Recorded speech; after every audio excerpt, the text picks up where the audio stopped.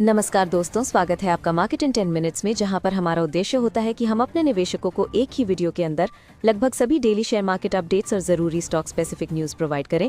तो हमारी इस वीडियो को लाइक करके हमें सपोर्ट ज़रूर करें, और अगर आप हमारे चैनल पर पहली बार आए हैं तो इस चैनल को सब्सक्राइब करके बेल आइकन ज़रूर ऑन कर लें। साथ ही कॉमेंट में अपना फीडबैक देना ना भूलें, ताकि हम अपनी वीडियो को और भी बेहतर बना सकें। पिछले हफ्ते निफ्टी ने नया लाइफ टाइम हाई बनाया, जो पहले से दी गई रेंज के भीतर ही रहा। इससे ये साफ होता है कि मार्केट में तेजी अचानक नहीं, बल्कि पहले से बने मजबूत स्ट्रक्चर के आधार पर आई है। इस तेजी के पीछे सबसे बड़ा कारण ये है कि 2023 और 2024 में मजबूत रैली के बाद 2025 एक कंसोलिडेशन साल रहा। अब 2026 की शुरुआत में वही कंसोलिडेशन ब्रेक होकर ऊपर की तरफ निकलता दिख रहा है। फॉरेन पोर्टफोलियो इन्वेस्टर्स लगातार बिकवाली कर रहे हैं, फिर भी मार्केट टिके रहना ये दिखाता है कि डोमेस्टिक इंस्टीट्यूशनल इन्वेस्टर्स का सपोर्ट बहुत मजबूत है। यही वजह है कि गिरावट हर बार खरीदी में बदल रही है। दिसंबर तिमाही के नतीजों को लेकर बाजार में ऑप्टिमिज्म है। ऑटो सेक्टर की मजबूत जीएसटी और सेल्स के आंकड़े ये संकेत दे रहे हैं कि कॉर्पोरेट रिजल्ट्स बेहतर रह सकते हैं। ये तेजी सिर्फ निफ्टी 50 तक सीमित नहीं रही, बल्कि लार्ज कैप, मिड कैप और स्मॉल कैप तीनों में देखने को मिली। पीएसयू बैंक्स, मेटल्स और ऑटो जैसे सेक्टर्स में अच्छी खरीदारी दिखी, जबकि एफएमसीजी और आईटी सेक्टर दबाव में रहे। ये सेक्टर रोटेशन का साफ उदाहरण है, न कि पूरे मार्केट की कमजोरी। एफएमसीजी सेक्टर में गिरावट का मुख्य कारण टोबैको पर टैक्स से जुड़ी खबरें रहीं। गोल्ड और सिल्वर में तेजी की एक वजह सेंट्रल बैंक्स और ईटीएफ्स की खरीद है। साथ ही चाइना की एक्सपोर्ट पॉलिसीज ने सप्लाई को सीमित किया है। हालांकि इन ऊंचे स्तरों पर बहुत बड़ी तेजी की उम्मीद कम है। 2026 के लिए PSU banks, NBFC, banking, infrastructure और डिफेंस जैसे सेक्टर्स मजबूत दिख रहे हैं, क्योंकि क्रेडिट ग्रोथ और सरकारी खर्च दोनों सपोर्ट में हैं। एनबीएफसी और बैंकिंग सेक्टर को अर्थव्यवस्था की ग्रोथ का सीधा फायदा मिलता है। एफएमसीजी और आईटी सेक्टर में फिलहाल सिलेक्टिव अप्रोच जरूरी है। हर शेयर अच्छा नहीं होगा, इसलिए सेक्टर के अंदर भी समझदारी से चुनाव करना जरूरी है। सरकार की नीतियां फिलहाल निवेश के पक्ष में हैं। Ease of doing business, insurance में 100% एफडीआई, लेबर रिफॉर्म्स और इलेक्ट्रॉनिक्स मैन्युफैक्चरिंग जैसी स्कीमें लॉन्ग टर्म के लिए मजबूत आधार बनाती हैं। इलेक्ट्रॉनिक्स कंपोनेंट्स मैन्युफैक्चरिंग स्कीम के तहत 22 प्रोजेक्ट्स को मंजूरी दी गई। इसमें करीब 41,863 करोड़ रुपए का निवेश और 2.58 लाख करोड़ रुपए के प्रोडक्शन का अनुमान है। मैक्रो डेटा की बात करें तो दिसंबर महीने में जीएसटी कलेक्शन सालाना आधार पर 6.1% बढ़कर 1.75 लाख करोड़ रुपए पहुंच गया। हालांकि ज्यादा रिफंड की वजह से नेट कलेक्शन पर थोड़ा दबाव दिखा। टेक्निकल एनालिसिस की बात करें तो एक्सपर्ट्स के मुताबिक निफ्टी का ट्रेंड फिलहाल मजबूत बना हुआ है और आने वाले 1 से 2 हफ्तों में 26,750 तक के लेवल दिख सकते हैं। शॉर्ट टर्म में 26,200 का लेवल अहम सपोर्ट माना जा रहा है, जबकि 26,000 के ऊपर बने रहने तक बाय ऑन डिप्स की रणनीति बुल्स के पक्ष में मानी जा रही है। टेक्निकली अगर निफ्टी 26,350 के ऊपर डिसाइसिवली निकलता है तो शॉर्ट टर्म में 26,600 तक की तेजी भी देखने को मिल सकती है। निफ्टी ने अपने पुराने स्विंग हाइस को मजबूती से पार कर लिया है, जिससे ये साफ संकेत मिलता है कि कंसोलिडेशन फेज खत्म होकर नया ब्रेकआउट शुरू हो चुका है। फिलहाल इंडेक्स अनचार्टेड टेरिटरी में है। ऐसे में ऊपर की तरफ 26,500 और उससे ऊपर के लेवल खुल चुके हैं, जबकि 26,100 के आसपास मजबूत सपोर्ट मौजूद है। बैंक निफ्टी की रेंज 59,650 से 61,500 के बीच मानी जा रही है। वेनेजुएला का मुद्दा अचानक पैदा हुआ मामला नहीं है, बल्कि दशकों से चल रही यूएस स्ट्रैटेजी का हिस्सा है। पहले सस्ते तेल के लिए वहां निवेश किया गया, और जैसे ही यूएस ने खुद शेल ऑयल निकालना शुरू किया, सैंक्शंस लगाकर वेनेजुएला की इकोनॉमी को धीरे धीरे कमजोर कर दिया गया। सैंक्शंस और इकोनॉमिक कोलैप्स के बाद वेनेजुएला से बड़े पैमाने पर माइग्रेशन हुआ, जिसे बाद में ड्रग्स, कार्टल्स और इंस्टेबिलिटी से जोड़कर ब्लेम किया गया। हकीकत यह है कि ड्रग्स की डिमांड सबसे ज्यादा यूएस में है, लेकिन अपने सिस्टम को सुधारने के बजाय बाहर की कंट्रीज को दोष देना आसान रास्ता होता है। मिडिल ईस्ट में बढ़ते तनाव और वेनेजुएला जैसे ऑयल रिच रीजन्स पर कंट्रोल के साथ अब यूएस टेक्निकली दुनिया का सबसे बड़ा ऑयल सप्लायर बनता जा रहा है। इसका सीधा नुकसान इंडिया जैसी ऑयल डिपेंडेंट इकोनॉमीज को होता है, जो रशिया या ईरान से खुलकर खरीद भी नहीं पा रही। इस बढ़ती अनसर्टेनिटी का असर ग्लोबल एसेट्स पर साफ दिख रहा है, जहां गोल्ड और सिल्वर सेफ हेवन के तौर पर ऊपर जा रहे हैं। साथ ही ज्यादा मनी प्रिंटिंग और सिस्टम पर दबाव बिटकॉइन जैसे ऑल्टरनेटिव एसेट्स को भी सपोर्ट कर सकता है। इंडिया की इक्विटी मार्केट पर लॉन्ग टर्म में बहुत बड़ा नेगेटिव असर नहीं दिखता, लेकिन ऑयल डिपेंडेंसी और जियोपॉलिटिकल प्रेशर इन्फ्लेशन और कंज्यूमर स्पेंडिंग पर असर डाल सकते हैं। वहीं इस बार यूएस खुद सीधे टकराव में है, इसलिए वॉल स्ट्रीट की कमजोरी ग्लोबल मार्केट्स तक भी फैल सकता है। बैंक ऑफ बड़ौदा के Q3 बिजनेस अपडेट में सबसे बड़ी बात ये रही कि बैंक की लोन ग्रोथ मैनेजमेंट की गाइडेंस से भी बेहतर रही। दिसंबर तिमाही में बैंक का कुल लोन बुक सालाना आधार पर 14.6% बढ़कर 13.43 लाख करोड़ रुपए पहुंच गया, जो क्रेडिट डिमांड में साफ मजबूती दिखाता है। डिपॉजिट्स के मोर्चे पर भी बैंक का प्रदर्शन मजबूत रहा, जहां दिसंबर तिमाही में कुल डिपॉजिट सालाना आधार पर 10.3% बढ़कर 15.46 लाख करोड़ रुपए हो गए। इससे बैंक की फंडिंग पोजीशन और बैलेंस शीट की मजबूती झलकती है। घरेलू कारोबार में बैंक ऑफ बड़ौदा का फोकस साफ नजर आया, क्योंकि घरेलू लोन बुक सालाना आधार पर 13.54% बढ़कर 10.95 लाख करोड़ रुपए पहुंच गया। ये दिखाता है कि बैंक भारत में अपने कोर बिजनेस को लगातार मजबूत कर रहा है। शेयर बाजार में भी इसका असर दिखा, जहां बैंक ऑफ बड़ौदा का शेयर 52 हफ्ते के उच्चतम स्तर 305.8 रुपए पर बंद हुआ। पिछले एक साल में शेयर करीब 35% चढ़ चुका है, जिससे निवेशकों का भरोसा साफ झलकता है। येस बैंक की Q3 बिजनेस अपडेट में कर्ज ग्रोथ भले ही तेज नहीं रही, लेकिन इसमें स्थिरता जरूर देखने को मिली। बैंक के लोन्स एंड एडवांसेस तिमाही आधार पर 2.9% बढ़कर 2.57 लाख करोड़ रुपए हो गए, जो धीरे धीरे रिकवरी की ओर इशारा करता है। सालाना आधार पर येस बैंक की लोन ग्रोथ 5.2% रही, जो ये बताती है कि बैंक अब बिना ज्यादा जोखिम लिए अपने कर्ज कारोबार को आगे बढ़ा रहा है और बैलेंस शीट को संतुलित रख रहा है। कासा रेशो में सुधार येस बैंक के लिए एक अहम पॉजिटिव संकेत रहा। तिमाही आधार पर कासा 33.7% से बढ़कर 34% पहुंच गया, जिससे बैंक की फंडिंग कॉस्ट पर दबाव कम होने की उम्मीद बनती है। डिपॉजिट्स की बात करें तो तिमाही आधार पर येस बैंक के कुल डिपॉजिट्स में 1.3% की हल्की गिरावट आई है, लेकिन सालाना आधार पर जमा 5.5% बढ़े हैं। इससे ये साफ होता है कि लंबी अवधि में बैंक का डिपॉजिट बेस स्थिर बना हुआ है। वेदांता लिमिटेड की Q3 ऑपरेशनल अपडेट में मेटल और पावर सेगमेंट की मजबूत तस्वीर सामने आई है।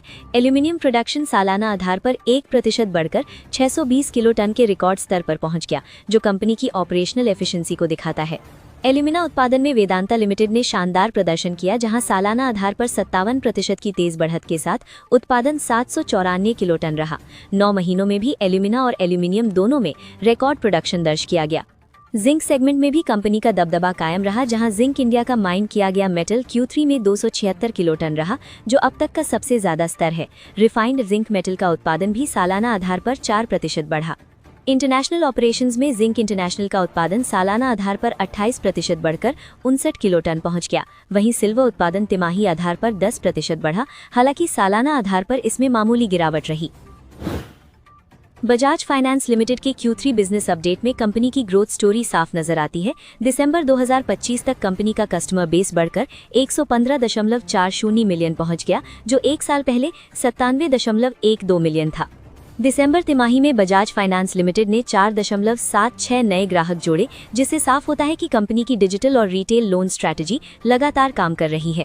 नए लोन बुकिंग की मोर्चे पर भी कंपनी ने मजबूती दिखाई, जहां Q3 में बुक किए गए नए लोन सालाना आधार पर 15% बढ़कर 13.90 मिलियन हो गए। डिपॉजिट बुक भी धीरे धीरे मजबूत हो रही है, जो दिसंबर 2025 तक करीब 70,000 करोड़ रुपए पहुंच गई। कंपनी का एसेट्स अंडर मैनेजमेंट सालाना आधार पर 22% बढ़कर करीब 4.86 लाख करोड़ रुपए पहुंच गया। तिमाही आधार पर भी AUM में करीब 23,600 करोड़ रुपए की बढ़ोतरी दर्ज की गई। AU small finance bank limited ने Q3 में मजबूत ग्रोथ दिखाई है, जहां दिसंबर 2025 तक बैंक के कुल डिपॉजिट्स सालाना आधार पर 23.3% बढ़कर 1.38 लाख करोड़ रुपए पहुंच गए। ये दिखाता है कि बैंक पर ग्राहकों का भरोसा लगातार मजबूत बना हुआ है। कासा डिपॉजिट 16.1% बढ़कर 39,950 करोड़ रुपए हो गए। हालांकि कासा रेशो थोड़ा घटकर 28.9% रहा। इसके बावजूद बैंक की फंडिंग प्रोफाइल संतुलित मानी जा रही है। लोन साइड पर बैंक ने शानदार प्रदर्शन किया, जहां ग्रॉस एडवांसेस 24% की सालाना बढ़त के साथ 1.25 लाख करोड़ रुपए तक पहुंच गए। ये रिटेल और स्मॉल बिजनेस सेगमेंट में मजबूत क्रेडिट डिमांड को दिखाता है। सिक्योरिटाइज्ड और असाइंड लोन को मिलाकर कुल लोन बुक 1.30 लाख करोड़ रुपए रहा, जबकि ये पोर्टफोलियो घटकर 4,690 करोड़ रुपए रह गया है। इसका मतलब है कि बैंक अब ज्यादा लोन अपनी बैलेंस शीट पर रख रहा है। सोभा लिमिटेड ने Q3 में अब तक की सबसे बड़ी तिमाही रियल एस्टेट बिक्री दर्ज की है, जहां कुल सेल्स वैल्यू 2115 करोड़ रुपए रही, जो सालाना आधार पर 52% से ज्यादा की जबरदस्त ग्रोथ को दिखाता है। कुल बिक्री में कंपनी का खुद का हिस्सा करीब 1818 करोड़ रुपए रहा और 13.7 लाख वर्ग फुट की नई बिक्री हुई। औसतन 15,436 रुपए प्रति वर्ग फुट की कीमत बताती है कि प्रीमियम हाउसिंग की मांग मजबूत है। इस तिमाही में सोभा लिमिटेड ने मुंबई में अपना पहला प्रोजेक्ट लॉन्च कर नए शहर में एंट्री ली। बेंगलुरु से सबसे ज्यादा 1512 करोड़ रुपए की बिक्री आई, जबकि NCR और केरल ने भी अच्छा कंट्रीब्यूशन दिया। 9 महीनों में कंपनी की कुल सेल्स 6097 करोड़ रुपए पहुंच गई है, जो अब तक का सबसे ऊंचा स्तर है। लगातार नए प्रोजेक्ट लॉन्च और मजबूत डिलीवरी कंपनी की ग्रोथ को सपोर्ट। बंधन बैंक लिमिटेड ने Q3 में लोन्स और डिपॉजिट्स दोनों में स्टेडी ग्रोथ दिखाई है। दिसंबर 2025 के अंत तक बैंक का लोन बुक 10% बढ़कर 1.45 लाख करोड़ रुपए पहुंच गया है, जो बताता है कि लेंडिंग बिजनेस लगातार मजबूत हो रहा है। डिपॉजिट्स के मोर्चे पर भी बैंक की पकड़ मजबूत हुई है। कुल डिपॉजिट्स 11.1% बढ़कर 1.57 लाख करोड़ रुपए हो गए हैं, जिसमें रिटेल डिपॉजिट्स 17% से ज्यादा बढ़े हैं और अब कुल डिपॉजिट्स का 72% से ज्यादा हिस्सा रिटेल से आ रहा है।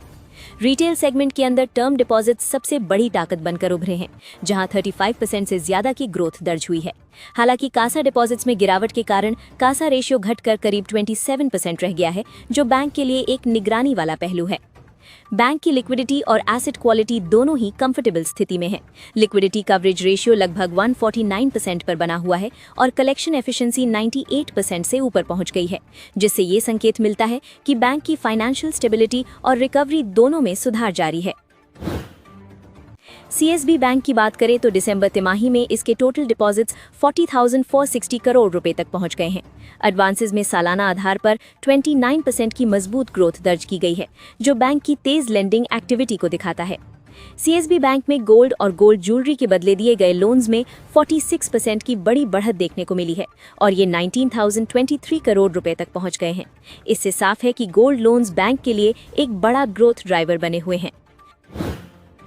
उज्जीवन स्मॉल फाइनेंस बैंक के Q3 अपडेट में डिपॉजिट और लोन दोनों मोर्चों पर अच्छी ग्रोथ दिखी है। दिसंबर 2025 तक बैंक के कुल डिपॉजिट्स 42,219 करोड़ रुपए रहे, जो सालाना आधार पर 22.2% ज्यादा है। कासा डिपॉजिट्स में 33% से ज्यादा की बढ़त दर्ज की गई और कासा रेशियो सुधरकर 27.3% पहुंच गया। इससे बैंक की फंडिंग कॉस्ट पर दबाव कम होने की उम्मीद बनती है। बैंक का ग्रॉस लोन बुक 21.6% बढ़कर 37,055 करोड़ रुपए हो गया है, जिसमें हाउसिंग और MSME लोन में सबसे तेज ग्रोथ देखने को मिली है। ये बैंक के बिजनेस मॉडल में डाइवर्सिफिकेशन को दिखाता है। 2025 में FII सेलिंग और वॉलेटिलिटी के बाद अब 2026 को लेकर मार्केट सेंटिमेंट पॉजिटिव दिख रहा है। एक्सेस सिक्योरिटीज का मानना है कि अगले साल लार्ज कैप स्टॉक्स में सिलेक्टिव मौके बन रहे हैं, जहां सही कंपनियां अच्छे रिटर्न्स दे सकती हैं। मैक्स हेल्थ केयर में मैच्योर हॉस्पिटल से 6 to 7% ARPOB ग्रोथ की गाइडेंस बनी हुई है। हाई केस कम्प्लेक्सिटी और बेहतर क्लिनिकल मिक्स से ऑक्यूपेंसी करीब 80% पर स्टेबल है। डी-मार्ट ने वीक डिमांड के बाद करेक्टिव स्टेप्स लेना शुरू किया है। GMNA कैटेगरी को रिवाइव करने के लिए लीडरशिप चेंजेस किए गए हैं। डी-मार्ट रेडी का एक्सपेंशन अब कंट्रोल्ड तरीके से हो रहा है, ताकि प्रॉफिटेबिलिटी बेहतर रहे। भारती एयरटेल का फोकस ARPU को ₹300 तक ले जाने पर बना हुआ है। राइजिंग डेटा यूसेज और रूरल पेनिट्रेशन से रेवेन्यू ग्रोथ को सपोर्ट मिल रहा है। पर user data usage 28.3 GB per month पर स्ट्रॉन्ग बना हुआ है। HDFC बैंक मर्जर के बाद अपने कोर मैट्रिक्स को नॉर्मलाइज कर रहा है। बैंक लगातार गाइडेंस पर डिलीवर कर रहा है और एग्जीक्यूशन मजबूत बनी हुई है। LDR 100% से नीचे होने से 2026 में लोन ग्रोथ तेज होने की उम्मीद है। स्टेट बैंक ऑफ इंडिया बड़े बैंक्स में सबसे स्टेबल परफॉर्मर माना जा रहा है। लायबिलिटी फ्रैंचाइज मजबूत हो रही है और प्राइसिंग डिसिप्लिन बना हुआ है। टेक्नोलॉजी के जरिए एफिशिएंसी बढ़ रही है, जिससे मार्जिन्स को सपोर्ट मिल रहा है। बजाज फाइनेंस में AUM ग्रोथ मीडियम टर्म में 24 to 25% CAGR पर बनी रह सकती है। कोर प्रोडक्ट से स्टेडी ग्रोथ मिल रहा है। न्यू ऑफरिंग स्केल अप होने से 2027 के बाद ग्रोथ और बेहतर हो सकती है। ट्रेंड लाइन के कंसेंसस एस्टिमेट्स के आधार पर कुछ लार्ज कैप स्टॉक्स अगले 12 महीनों में 20% से 35% तक का अपसाइड दे सकते हैं। इस लिस्ट में शामिल सभी कंपनियों ने हाल की सितंबर तिमाही में रेवेन्यू और प्रॉफिट दोनों में सिक्वेंशियल ग्रोथ दिखाई है। लोढ़ा डेवलपर्स इस समय करीब 1086 रुपए पर ट्रेड कर रहा है। एनालिस्ट्स ने इसका टारगेट 1463 रुपए रखा है, जिससे लगभग 35% का अपसाइड बनता है और ज्यादातर एनालिस्ट्स इसे बाय मान रहे हैं। इटर्नल का शेयर फिलहाल 284 रुपए के आसपास है और इसका टारगेट 381 रुपए बताया गया है। करीब 34% के संभावित अपसाइड के साथ इस स्टॉक पर भी एनालिस्ट्स का भरोसा बना हुआ है। हिंदुस्तान एरोनॉटिक्स लगभग 4438 रुपए पर ट्रेड कर रहा है और एनालिस्ट्स को उम्मीद है कि ये 5672 रुपए तक जा सकता है। डिफेंस सेक्टर में मजबूत ऑर्डर बुक इसकी बड़ी ताकत मानी जा रही है। स्विगी का शेयर करीब 387 रुपए पर है और टारगेट प्राइस 495 रुपए बताया गया है। एनालिस्ट्स मानते हैं कि फूड डिलीवरी और क्विक कॉमर्स में ग्रोथ इसके लिए आगे भी सपोर्ट दे सकती है। वारी एनर्जीज इस समय 2866 रुपए के आसपास ट्रेड कर रहा है। रिन्यूएबल एनर्जी पर बढ़ते फोकस के चलते एनालिस्ट्स ने इसका टारगेट 3530 रुपए रखा है। अपोलो हॉस्पिटल्स करीब 7133 रुपए पर ट्रेड कर रहा है और एनालिस्ट्स का मानना है कि हेल्थ केयर डिमांड मजबूत रहने से ये 8669 रुपए तक जा सकता है। मैनकाइंड फार्मा का शेयर 2203 रुपए के आसपास है और इसका टारगेट 2677 रुपए बताया गया है। स्ट्रॉन्ग प्रोडक्ट पोर्टफोलियो और कंसिस्टेंट ग्रोथ इसकी की स्ट्रेंथ मानी जा रही है। ICICI सिक्योरिटीज ने लार्सन एंड टूब्रो पर बाय की सलाह दी है। इसे 4000 से 4165 रुपए के बीच खरीदा जा सकता है। टारगेट 4520 रुपए और स्टॉप लॉस 3798 रुपए रखा गया है। यूनियन बैंक भी इसमें शामिल है। ये स्टॉक 152 से 157 रुपए के रेंज में बाय किया जा सकता है, जहां टारगेट 175 रुपए और स्टॉप लॉस 144 रुपए बताया गया है। साल 2026 की शुरुआत FPIs ने काफी कॉशियस तरीके से की है। जनवरी के सिर्फ पहले 2 ट्रेडिंग सेशंस में फॉरेन पोर्टफोलियो इन्वेस्टर्स ने इंडियन इक्विटीज से 7608 करोड़ रुपए निकाल लिए हैं, जो दिखाता है कि फिलहाल वे रिस्क लेने के मूड में नहीं हैं। ये सेलिंग प्रेशर अचानक नहीं है, बल्कि 2025 के ट्रेंड का ही एक्सटेंशन है। पिछले पूरे साल FPIs ने करीब 1.66 लाख करोड़ रुपए इक्विटी मार्केट से निकाले थे, जिसकी बड़ी वजह currency volatility, global trade tensions, US tariffs का डर और मार्केट वैल्यूएशंस का ज्यादा महंगा होना था। FPI सेलिंग का सीधा असर रुपये पर भी पड़ा है। 2025 में रुपए में लगभग 5% की गिरावट आई, क्योंकि जब विदेशी निवेशक पैसा निकालते हैं तो वे रुपये बेचकर डॉलर खरीदते हैं, जिससे डॉलर की डिमांड बढ़ती है और रुपये कमजोर होता है। हालांकि हिस्टोरिकल डेटा बताता है कि जनवरी में FPIs का कॉशियस रहना कोई नई बात नहीं है। पिछले 10 सालों में 8 बार जनवरी महीने में फॉरेन इन्वेस्टर्स ने मार्केट से पैसा निकाला है। इसलिए शॉर्ट टर्म वॉलेटिलिटी के बावजूद लॉन्ग टर्म आउटलुक पूरी तरह नेगेटिव नहीं माना जा रहा है।